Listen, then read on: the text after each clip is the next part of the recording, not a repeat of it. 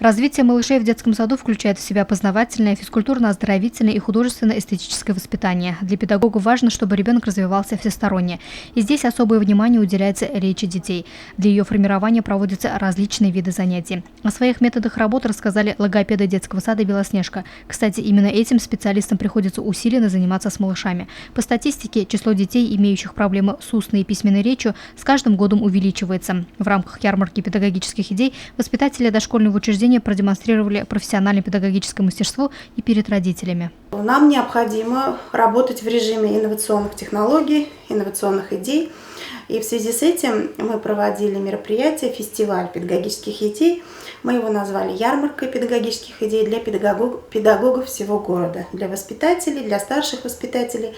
И поэтому мы решили это мероприятие продублировать для наших родителей, чтобы они видели, как мы работаем, и показать им на практике. Подобные мероприятия проводятся с целью выявления новых педагогических идей, талантливых, творчески работающих педагогов, а также способствуют распространению опыта. Благодаря взаимному сотрудничеству воспитателям удается обогатить свою копилку знаний, использовать их в деле подготовки детей к школе.